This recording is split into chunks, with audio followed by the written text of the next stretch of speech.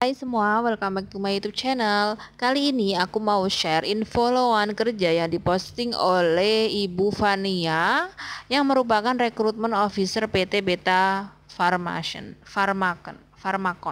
Nah, di sini ada dua lowongan yang diposting.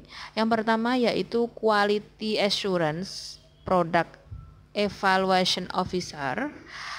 Yang kedua yaitu Quality Control Officer. Nah, kalian bisa screenshot ya lowongan ini. Nah, lowongan ini akan ditempatkan di Karawang, Jawa Barat.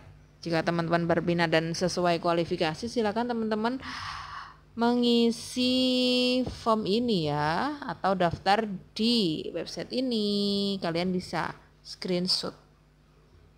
Oke, cukup jelas ya untuk informasi lowongan pada hari ini. Semoga bermanfaat. Thank you for watching and see you in my next video. Bye.